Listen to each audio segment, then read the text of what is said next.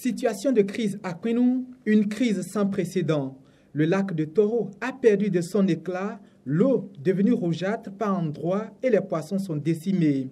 Désastre déclenché depuis samedi dernier, les autorités sont en séance de crise, là juste à quelques mètres de la berge lagunaire. Tous les poissons sont morts donc depuis le samedi. Les botocovis, ce sont les botocovis qui sont morts.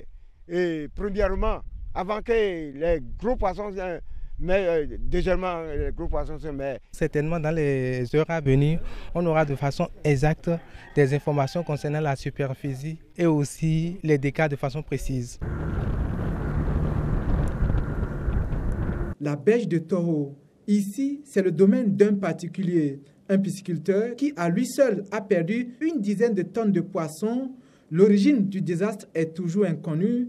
Les spéculations vont bon train. Ce sont les gens qui ont poisonné les poissons dans la mer. Nous avons sillonné tout le lac. Nous avons vu les faits. Nous avons interviewé les pêcheurs pour comprendre depuis quand l'effet a commencé et jusqu'à quand ils n'observent plus les mortalités de poissons. Ça nous a permis d'apprécier un peu l'ampleur. Il y a eu plus de peur que de mal.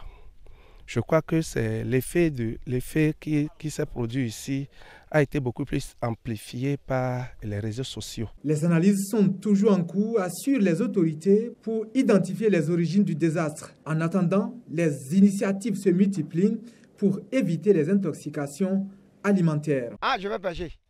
C'est ça que moi je mange. Avec les enfants, mes femmes. Les gens ont attrapé les poissons. Bon, ils ont mangé, rien n'est passé. Pour le moment, on n'a pas encore eu de cas d'intoxication. En termes de mesures conservatoires, le préfet du département du Mono va prendre certainement dans les heures à venir un arrêté pour interdire les activités de pêche sur le lac Toro.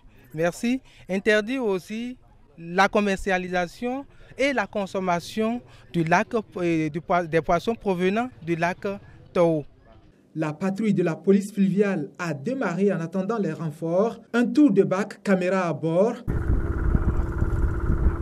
Quelles sont les dispositions que nous allons prendre pour pouvoir atteindre l'objectif là? Les premiers détours sont consacrés à la sensibilisation et aussi à l'évaluation de l'étendue des dégâts.